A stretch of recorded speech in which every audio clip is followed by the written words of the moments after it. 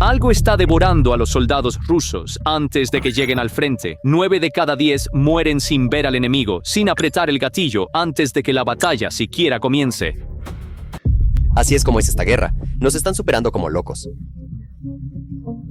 La semana pasada, un corresponsal de guerra ruso admitió esto en una sola frase y Moscú guardó silencio. Kotenok dijo: el 80 a 90% de las bajas de personal ocurren durante el avance hacia la línea de contacto, no en la línea de contacto, solo mientras se mueven hacia ella. La respuesta vino de uno de los testigos más autorizados que hay. Denis Kapustin, fundador y comandante del Cuerpo de Voluntarios Rusos, emitió una advertencia abierta al pueblo ruso en una entrevista con el Canal 24 y resumió la trayectoria de la guerra en una sola frase. En los últimos meses, las pérdidas de Rusia en el frente han superado el número de soldados que puede movilizar. Cierra la boca y compórtate con dignidad. ¿Por qué están gritando todos? Digo, todos ustedes son militares. Todos los juegos se han acabado. Todos ustedes son militares. Entonces, ¿son estos clips dispersos realmente piezas de un cuadro mucho más grande? Putin no puede encontrar hombres para enviar al frente porque hay algo nuevo que elimina al 90% de ellos en el camino. Esta frase no es una estadística, es una radiografía de una guerra. Porque cuando un ejército se desintegra sin siquiera tocar a su enemigo, lo que lo desintegra no es el enemigo, es algo nuevo. Y Ucrania pasó 4 años inventándolo en silencio. El peso de la frase de Kotenok no está en el número, está en dónde cae ese número. La historia militar aceptó una regla durante siglos. Los soldados mueren en la línea de contacto, donde 2 ejércitos se tocan. Esta regla se mantuvo en Waterloo, en Verdún, en Stalingrado. Kotenok dice que esta regla terminó en Ucrania. La muerte no está en la línea, está en el camino hacia la línea. Según las observaciones de LRT desde el frente en Donbass, ya no hay un frente en el sentido clásico. El frente ya no es una línea, se ha convertido en una zona, y esa zona se extiende hasta 150 kilómetros de profundidad para el atacante. Cuando cambia la geografía de una guerra, también cambia su ganador. En la geografía clásica, el atacante concentra su fuerza en la línea, rompe en un punto y entra desde atrás. Pero esta lógica se basa en una condición previa. La fuerza debe llegar a la línea. Ucrania eliminó esa precondición, y el nombre de esta barrera es 2 palabras: geografía de la muerte. Pero para entender lo que esta geografía destruyó, primero necesitas entender la fórmula de 200 años de Rusia. Pero primero, una pequeña solicitud.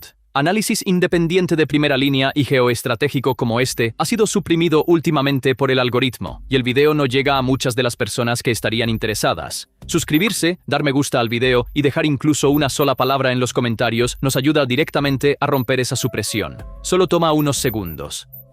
Ahora retomemos donde lo dejamos. Durante 200 años, el ejército ruso tuvo una fórmula: números y fuerza. Enviar suficientes soldados, sufrir bajas, pero alcanzar el objetivo. Funcionó en Leningrado, funcionó en Berlín. Según el análisis del CAIS, Rusia sufrió más bajas solo en el primer año de Ucrania que en todas sus guerras desde la Segunda Guerra Mundial combinadas, incluyendo Afganistán y Chechenia. Pero Putin entró con la misma fórmula. No funcionó. Y los números muestran el colapso de la fórmula. Según United 24 Media, en el primer trimestre de 2026, Rusia perdió 316 soldados por cada kilómetro cuadrado capturado en Donetsk. El año pasado, ese número fue 120. Según los datos del Instituto para el Estudio de la Guerra, el territorio ganado diariamente disminuyó de 14.9 kilómetros cuadrados a finales de 2024 a 5.5 kilómetros cuadrados en 2026. 3 veces menos tierra, 3 veces más bajas. Y no son solo los analistas occidentales quienes lo dicen. Según el informe de NOV-PUOA, Alexander Khodakovsky, fundador del batallón Vostok y comandante ruso que ha luchado personalmente en Donbass, advirtió abiertamente en su canal de Telegram: volver a los ataques a gran escala aumentará las pérdidas 8 veces porque la mayoría de los combatientes simplemente no llegarán a la línea del frente. La suposición oculta de la fórmula colapsó. Abrumadoras cifras marchan. Cifras marchando llegan. Ya no llegan. Ucrania rompió el segundo eslabón de esa cadena. En Penza, Kamnets y Kuznetsk, la policía, la Rosguardia y los funcionarios de las oficinas de reclutamiento militar están llevando a cabo redadas masivas. Los hombres están siendo arrebatados de las calles, metidos en camionetas y presentados con un contrato del Ministerio de Defensa en la oficina de reclutamiento. ¿Con qué motivos los estás llevando? ¿Por qué los hiciste bajar del autobús y te los llevaste? Y la solución provisional que ha ideado el Kremlin está provocando ira y rebelión en la gente. En un video ampliamente compartido, una mujer relata lo que le sucedió a su esposo. La policía detuvo a su esposo borracho en la carretera, lo llevó a la comisaría y le puso unos papeles delante. Pensó que solo era un protocolo, pero le dieron un contrato. Mi esposo nunca habría aceptado esto porque tenemos una familia en casa. Tenemos 4 hijos. El hombre pensó que solo era un informe de rutina. Lo que le hicieron firmar fue un contrato de guerra. En palabras de la mujer, su esposo nunca habría aceptado esto. Otra publicación resume la situación en una sola frase. Hombres armados están entrando en los lugares de trabajo y declarando abiertamente a los civiles como soldados, sin consentimiento, sin elección. Ignora la política el tiempo suficiente y un día, la política llegará a tu puerta con uniforme. Y arrastrar a civiles rusos comunes fuera de sus coches o lugares de trabajo y reclutarlos en el ejército no es suficiente para salvar la guerra de Putin, y la rebelión del pueblo ruso contra las nuevas olas de movilización ha desencadenado algo más que acorralará a Putin.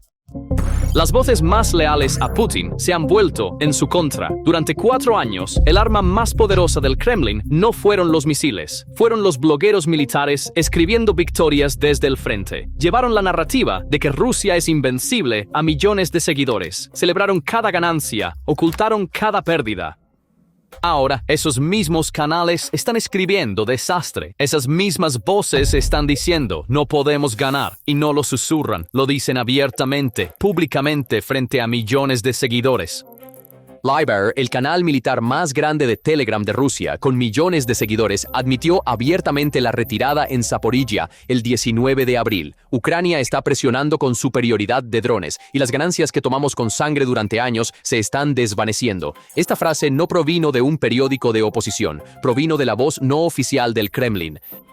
Y esto no fue solo una grieta, fue el comienzo de un colapso. Los analistas independientes resumen la situación de manera mucho más dura. Si un canal como Rybar, el portavoz de los ocupantes, está admitiendo la retirada, ese lugar está ardiendo.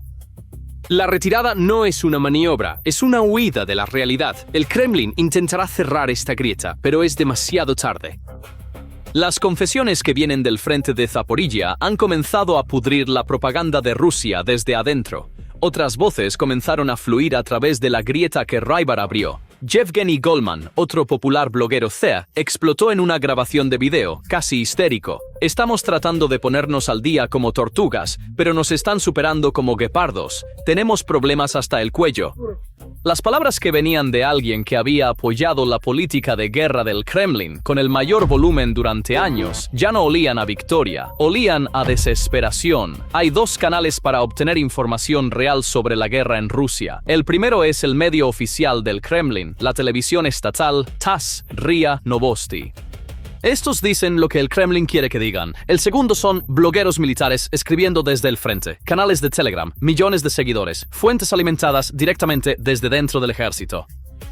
¿Y en cuál confía el público ruso? En los bloggers, porque estas figuras han estado entregando la verdad desde el campo de batalla durante años, buena o mala. Estos canales fueron la arma más poderosa del Kremlin durante años. Celebraron cada posición ganada, amplificaron cada pérdida ucraniana, llevaron la narrativa de que Rusia es invencible a millones. La propaganda oficial del Kremlin no podía igualar su efectividad porque los blogueros habían construido credibilidad al decir «estoy escribiendo desde el frente». Y ahora esa credibilidad se está volviendo contra el Kremlin. Pero la confesión verdaderamente devastadora vino de otro bloguero. Y esta confesión no solo cuestionó Zaporizhia, cuestionó toda la guerra. Incluso si declaramos una movilización total, no podemos quebrar a Ucrania porque están luchando con tecnología que no podemos igualar. Él no está diciendo, si enviamos más soldados, lo resolveremos. Está diciendo abiertamente, no podemos cerrar la brecha tecnológica. Esta es una confesión de que el problema de Rusia no es numérico, sino estructural. Entonces, ¿cómo hizo Ucrania esto? Porque esta no es simplemente una historia de buenos drones. Este sistema no se construyó de la noche a la mañana. Evolucionó durante 4 años. En 2022, el alcance de los drones FPV era de 5 a 7 kilómetros. Según informes del ICDS, para 2023 a 2024 se había formado un corredor de muerte de 5 a 10 kilómetros a lo largo de la línea de contacto. Las fortificaciones convencionales en esta zona se volvieron inhabitables. Pero el corredor seguía siendo estrecho. Si la armadura rusa atravesaba la franja estrecha, llegaba a la línea y la superioridad numérica funcionaba. A finales de 2024, los drones de fibra óptica entraron en juego. El FPV estándar vuela con señal de radio. Puede ser interferido. El FPV de fibra óptica opera con señal de luz. Los sistemas de guerra electrónica no pueden verlo. Según United 24 Media, los drones Ptashka lograron ataques de combate con FPV de fibra óptica de 50 kilómetros. Según el informe de Frontline del Financial Times, los cables de 40 kilómetros son ahora estándar. Hace un año eran de 10 a 20 kilómetros. Para el año 2025, ICDS confirmó que la línea de muerte se había profundizado a 35 a 40 kilómetros. Putin actualizó su doctrina: blindaje reemplazado por motocicletas, luego pequeños grupos de infantería, luego infiltración en el bosque. Cada adaptación fue un paso atrás, y Rusia retiró activos valiosos más lejos del frente. Pero Ucrania vio esto. A principios de 2026 se estableció un centro de comando de ataques profundos bajo las fuerzas de sistemas no tripulados. Según The Telegraph, Katerina Stepanenko del ISW lo describió. Se está volviendo mucho más sistemático. Profundidad de coordinación: 150 kilómetros, 93 millas. Pero según el análisis de CEPA, la geografía de la muerte aún no está completa. El exoperador de las Fuerzas Especiales de Estados Unidos, Brian Pickens, dijo a The National Interest: la mayoría de lo que importa se encuentra en el rango de 30 a 100 kilómetros. Ucrania no tiene sistemas escalables allí. Esta brecha intermedia se está cerrando y la velocidad de ese cierre es una de las carreras que determinarán el resultado de la guerra. ¿Qué sucede antes de que un dron FPV despegue? Alguien le da a alguien una coordenada. ¿De dónde viene esa coordenada? Un grupo de infantería ruso avanza a través de una línea de árboles por la noche, con nubes y lluvia sobre ellos. En una guerra clásica, este grupo es invisible, no está en el sistema de Ucrania. Satélite SAR, radar de apertura sintética. No ve nubes, no ve oscuridad. Lo que ve es metal en movimiento. Empresas como Aiseye, Capella e IKPS están proporcionando esta tecnología a Ucrania casi en tiempo real. Starlink, la columna vertebral del sistema, miles de satélites que proporcionan conectividad ininterrumpida. Una unidad terrestre es atacada, otra se conecta en el mismo segundo. El sistema de mando de Ucrania no vive en un cuartel general, vive en el propio campo. Además de eso, inteligencia de señales de la OTAN. Si un cuartel general de brigada rusa abre una transmisión de radio, se descifra antes de que termine la conversación, y la parte relevante ya ha llegado a Kiev. Así que un soldado ruso caminando por el campo no está siendo observado por un solo enemigo. 3 ojos lo están vigilando. El satélite muestra dónde, las señales muestran qué hará, el dron muestra cómo atacar. 3 tecnologías, 3 redes aliadas, un soldado. Rusia no solo está luchando contra Ucrania, está luchando contra el ecosistema de sensores occidentales. Según la interpretación de Kapustin, el significado es claro. El modelo de soldado contratado está agotado. En cualquier otro país, esta imagen sería razón suficiente para que el liderazgo considerara terminar la guerra.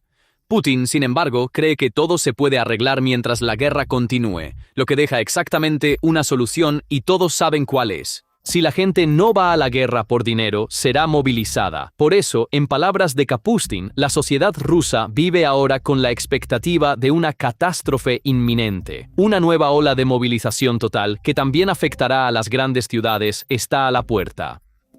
Y mientras todo esto sucedía, apareció el jefe del Estado Mayor, General Gerasimov, declarando victorias militares que no existen. La reacción de los blogueros que conocen la realidad en el frente se rieron. Abiertamente, públicamente, frente a millones de seguidores, se rieron. La brecha entre la realidad y la propaganda se ha vuelto tan grande que las propias voces del Kremlin se vieron obligadas a elegir de qué lado del abismo están, y eligieron el frente, no el Kremlin. Entonces, ¿qué está sucediendo realmente en el frente? El sector occidental de Zaporizhia, la línea Orikhiv-Primorsk, Stepnohirsk-Novoyakovlivka, es actualmente una de las áreas donde Ucrania está llevando a cabo su contraofensiva más activa. Y lo que está sucediendo aquí no es un choque frontal clásico.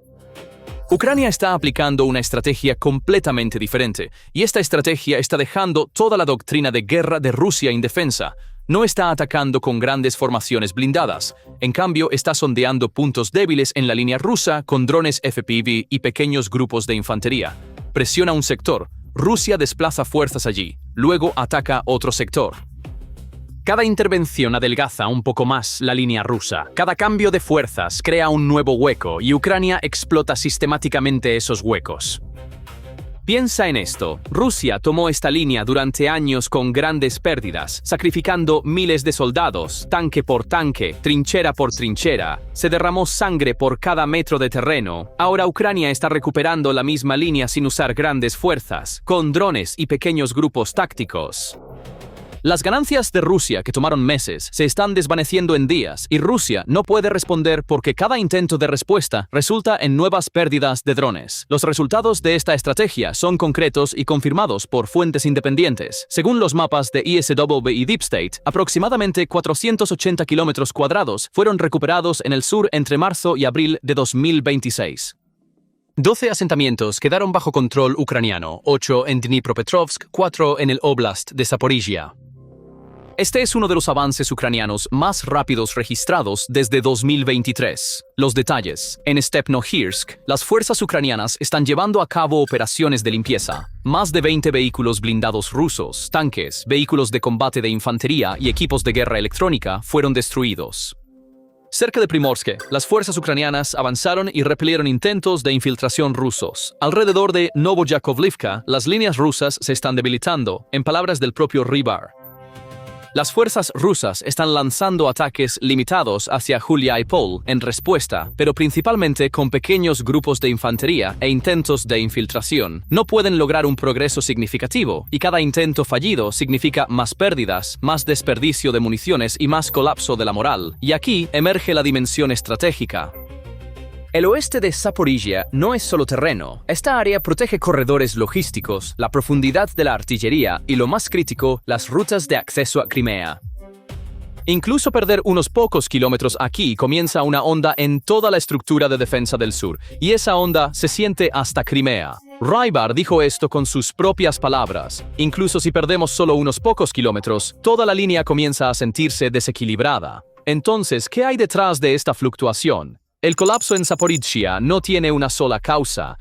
Hay 3 crisis que se alimentan entre sí. Primero, el colapso logístico. La logística del frente sur de Rusia depende de Crimea. Municiones, combustible, repuestos, todo fluía a través de Crimea cuando los drones marítimos de Ucrania estrangularon sistemáticamente esta línea de suministro.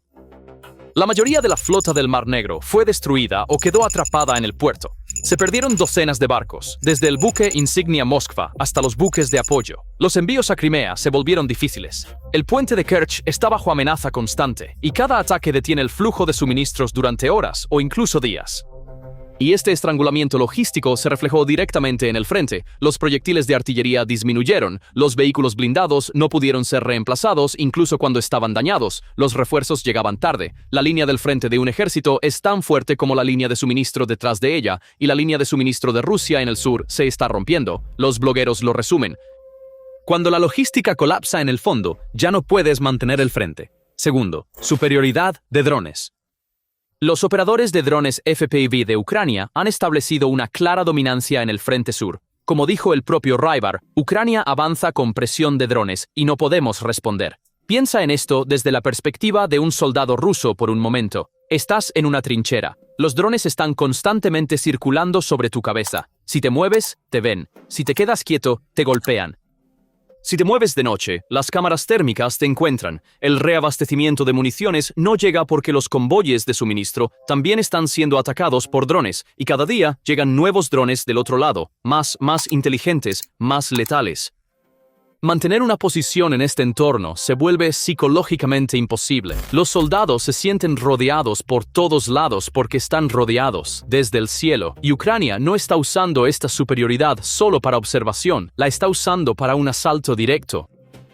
Pequeños grupos de infantería se acercan a las posiciones rusas con apoyo de drones. Drones FPV atacan búnkeres y los soldados rusos psicológicamente colapsados se rinden o huyen. La confesión del bloguero de que la superioridad de drones nos está aplastando refleja exactamente esta imagen. Tercero, pérdidas humanas.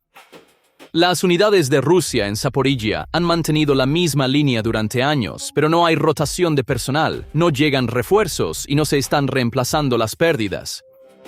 Solo en marzo, más de 35.000 soldados rusos se perdieron en todo el frente, y el 96% de esas pérdidas fueron infligidas por drones. El número de soldados que entra es menor que el número que sale. Esto deja a las unidades exhaustas, desmotivadas y cada vez más mal equipadas. Cuando estas tres crisis se combinan, la imagen es esta. El frente sur de Rusia está perdiendo su capacidad de resistir y los blogueros lo vieron antes que el Kremlin. ¿Cuál fue la respuesta de Putin? Seguiremos actuando de esta manera hasta que eliminemos la amenaza a nuestras regiones fronterizas. Así que Putin está diciendo que tomará más territorio mientras sus propios blogueros admiten que no pueden mantener el territorio que ya tienen. La desconexión entre la retórica y la realidad no podría ser más clara, pero el verdadero problema de Putin no son unos pocos kilómetros en Zaporizhia, es mucho más profundo. Pero la geografía de la muerte no es solo tecnología moderna, está mezclada con algo mucho más antiguo, y sin esa mezcla, esta guerra estaría en un lugar diferente ahora mismo. El análisis de la Fundación Carnegie contiene una frase impactante. ¿Cómo luchan las fuerzas? Importa más que cuántos soldados despliegan. La primera era es antigua. El lado defensor conoce el terreno, qué valle es transitable, qué cima ofrece una vista, qué camino lleva al pantano. Esta asimetría decidió guerras durante siglos, detuvo a los soviéticos en la Guerra de Invierno de Finlandia, erosionó a los estadounidenses en las selvas de Vietnam, derrotó a dos superpotencias en las montañas de Afganistán, pero la lógica antigua tenía una debilidad. El defensor conocía el terreno, pero no podía ver dónde estaba el enemigo hasta que el atacante se acercaba. La segunda era es moderna. Los satélites ven, los drones rastrean, las señales escuchan. Pero Estados Unidos en Irak y Afganistán lo veían todo, y aún así no podían convertir eso en superioridad contra guerrillas que conocían el terreno. Ver no es suficiente. Hay que combinar ver con el terreno. Ucrania puso ambas eras una sobre otra en el mismo campo de batalla, y surgió una ironía histórica. El ejército de Napoleón fue tragado por los pantanos rusos. El ejército de Hitler fue tragado por el invierno ruso. Ahora el pantano digital de Ucrania está tragando a los soldados rusos. El arma geográfica que históricamente protegió a Rusia ahora se está usando contra Rusia, y esta vez el pantano no es físico, es digital. Un grupo ruso entra en una línea de árboles. Ucrania conoce cada árbol. Esta es su tierra, mapeada durante años. Simultáneamente, el SAR está escaneando, Starlink está enviando coordenadas, FPV está atacando, dron desde el frente, minas desde el lado, reconocimiento desde arriba, HIMARS desde atrás. 4 capas descendiendo sobre un solo soldado a la vez. Cualquier soldado atrapado en 3 de esas capas desaparece sin dejar rastro. Y aquí está la verdadera paradoja. La doctrina centenaria de Rusia también se basa en una lógica antigua, fuerza abrumadora, números como poder. Pero Ucrania convirtió la antigua ventaja a su favor y la vistió con tecnología moderna. Rusia está atrapada en la antigua doctrina del atacante, incapaz de añadir una respuesta moderna. Ambos lados se alimentan de la misma historia, pero uno la mezcló con algo nuevo. El otro lo está aplicando tal cual, y el campo de batalla mide esa diferencia sin piedad. 4 años. No es poco tiempo. Se esperaba una respuesta. Nunca llegó. ¿Por qué? 3 respuestas, todas malas. Primero, la industria no es suficiente. El modelo distribuido de Ucrania, miles de pequeños talleres, actualizaciones semanales, es ajeno a la cultura industrial rusa. Rusia puede producir drones, pero no puede evolucionarlos rápidamente. Un FPV ucraniano recibe 3 actualizaciones en 3 meses. Su contraparte rusa recibe 1. Segundo, la toma de decisiones está bloqueada. Un cambio de doctrina es una admisión de debilidad. El régimen de Putin no puede decir que la forma antigua no funcionó porque la legitimidad interna depende de la narrativa de victoria continua. Las malas noticias del frente no llegan arriba porque el oficial que las lleva arriesga su propia carrera. Tercero, lo más inquietante, el costo humano es gratuito para el Kremlin. Según el CSIS, los soldados que mueren no son hijos de la élite de Moscú. Vienen del lejano norte, lejano oriente y de las prisiones. Sus muertes no se convierten en eventos mediáticos. Una doctrina solo cambia cuando su costo molesta a quien lo paga. Los que pagan están en el campo, no en la mesa de decisiones. Las guerras no las deciden los generales, sino los soldados rasos, y el soldado raso ruso en el frente de Ucrania no puede cargar con este peso. Imaginemos a un soldado contratado ruso en el año 2026.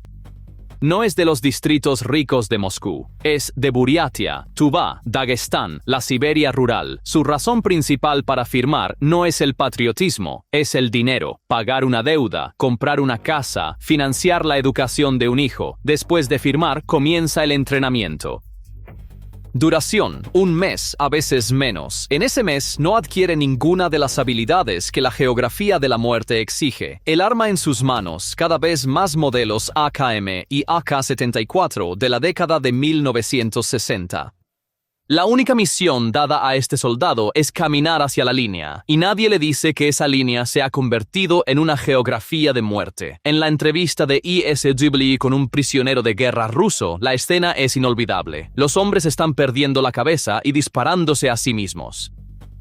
Según el informe de NTV2UA, el escritor Seth Alexei Sukonkin, un corresponsal ruso presente en la zona de combate, escribe abiertamente en Telegram: los comandantes rusos están gastando a los soldados recién llegados a la antigua usanza como un recurso renovable, y ninguna movilización salvará la situación con este enfoque. Según Al Jazeera, en marzo de 2026, Rusia perdió 35.351 soldados en un solo mes, un nuevo récord. El 96% de esas bajas provinieron de drones. La artillería y las armas pequeñas representaron solo el 4%. Los drones ya no son un arma de apoyo, son la guerra. Y aquí está la ecuación más crítica de esta guerra. En el primer trimestre de 2026, Rusia reclutó aproximadamente 80.000 soldados, pero perdió más de 90.000.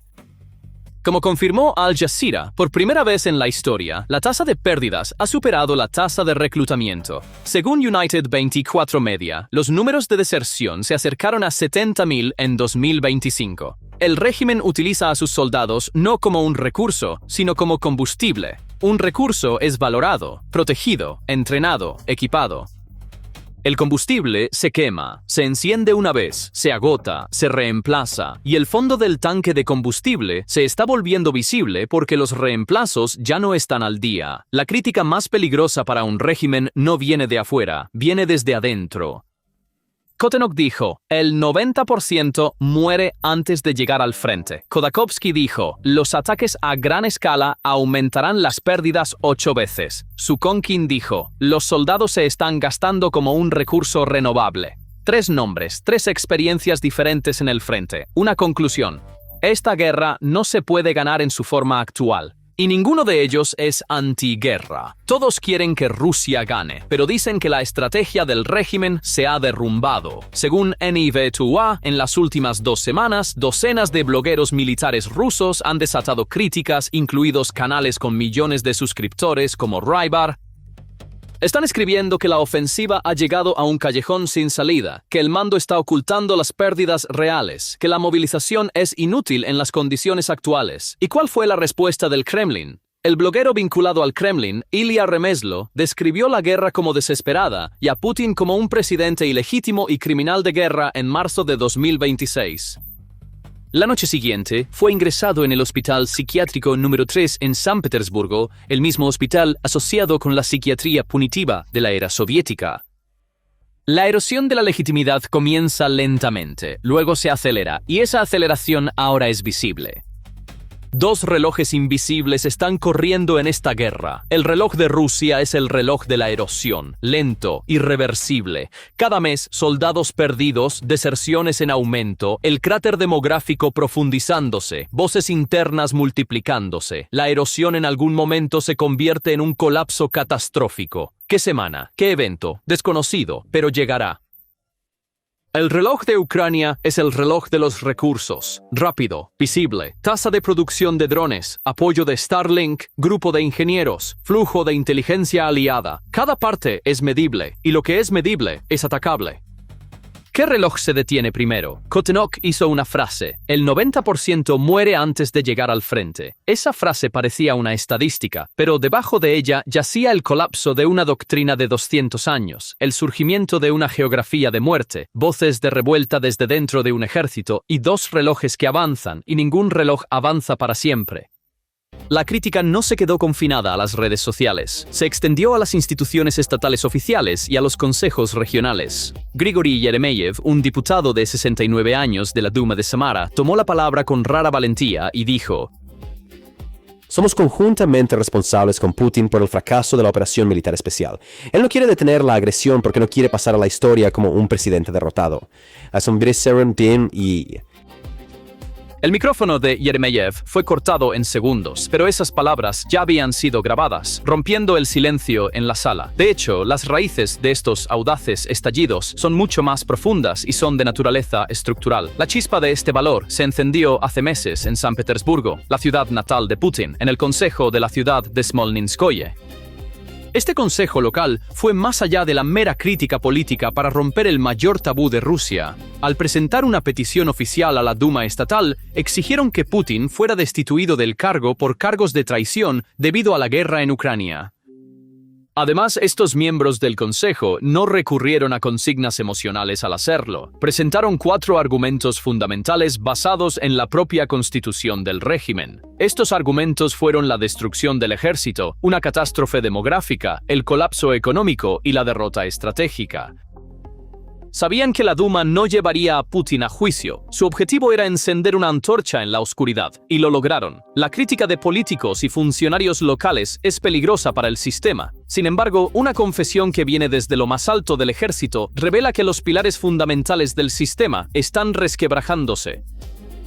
La élite militar de Rusia ha roto su silencio. El coronel general Vladimir Chirkin, una de las figuras militares más experimentadas de Rusia, apareció en RBC Radio e hizo una confesión histórica. Hemos aprendido una lección seria y dura. Chirkin dio abiertamente una calificación reprobatoria a los servicios de inteligencia rusos, quienes le dijeron al Kremlin que el 70% de los ucranianos nos apoyan. Admitió que el ejército ruso había caído víctima del síndrome de Tiflis, creyendo que podrían capturar Ucrania en 3 días, debido a la euforia de la victoria de la guerra de 2008 en Georgia. Incluso se burló de la presentación del exministro de Defensa Shoigu sobre la retirada de Kiev como un gesto de buena voluntad. Llamó a esto una derrota aplastante. En un país donde criticar la guerra conlleva una sentencia de prisión de 15 años y donde más de 21.000 personas han sido encarceladas desde 2022, un general de alto rango está diciendo estas cosas y nadie viene a arrestarlo. Así es como el muro del miedo se está desmoronando. Enviar más soldados, pero sus propios blogueros dicen, más soldados no resuelven el problema. Esto es una brecha tecnológica. Involucrar a Bielorrusia, pero el ejército de 45.000 efectivos de Lukashenko se desvanecería frente a los drones de Ucrania. Arma energética, pero Europa ha reducido su dependencia. Solicitar apoyo total de China, pero Pekín no arriesgará sanciones. Cada puerta se está volviendo un poco más estrecha y cada puerta que se estrecha deja a Putin un poco más desesperado. Y todas estas presiones internas, la desconfianza de los aliados y las grietas en la propaganda convergen en un solo punto, el frente, porque el futuro político de Putin se está determinando en las trincheras de Zaporizhia. Lo que suceda allí sucederá también en el Kremlin. Entonces, ¿a dónde va esta turbulencia en Zaporizhia? Una cosa debe decirse claramente. Todavía no hay un colapso general. Rusia sigue manteniendo capacidad de ataque en Donetsk, sigue produciendo drones, sigue enviando soldados, pero la tendencia es unidireccional, y esa dirección es en contra de Rusia. La importancia estratégica de las grietas que se acumulan en Zaporizhia es enorme. Esta área determina la seguridad del corredor logístico que conduce a Crimea. Si Ucrania avanza lo suficiente en el oeste de Zaporizhia, las líneas de suministro que se extienden hasta Crimea se ven amenazadas. Y si se cortan las líneas de suministro de Crimea, toda la presencia militar rusa en la península está en peligro. Y este escenario no debe pensarse de manera aislada. La flota en el Mar Negro ha sido destruida. El puente de Kerch está bajo amenaza constante. Las líneas en Zaporizhia se están debilitando. El progreso en Donetsk se ha detenido, y la razón de esta repentina parada en Donetsk se vuelve clara cuando observamos la enorme ruptura que está ocurriendo justo al lado. Cuando profundizamos en los datos tácticos sobre el terreno, la imagen que emerge se parece menos a un simple cambio de frontera y más a una maravilla de ingeniería compleja. La última ofensiva de Ucrania creó una gran agitación a lo largo de esa línea de frente crítica, donde se intersectan las regiones de Dnipropetrovsk y Zaporizhia, abarcando una longitud de 1.100 kilómetros. La liberación de un área de 400 kilómetros cuadrados en esta región, que había sido el escenario de una guerra de trincheras estancada durante meses, demuestra cómo los equilibrios operativos pueden cambiar en un instante. Este avance no se basa en la fuerza bruta, sino en inteligencia de alta precisión y adaptación tecnológica. Unidades de élite como el batallón Skelia penetraron las densas líneas rusas con equipos compactos y altamente móviles de solo 200 efectivos. Lugares estratégicos como Ternove fueron recuperados después de 3 días de intensos combates. Entonces, ¿qué piensas? ¿Puede Rusia encontrar una salida a esta geografía de muerte o la arquitectura que Ucrania construyó ya ha escrito el destino de la guerra? Comparte en los comentarios. No olvides suscribirte al canal y activar las notificaciones para estar al tanto de los últimos análisis de PPR Global. Gracias por elegirnos.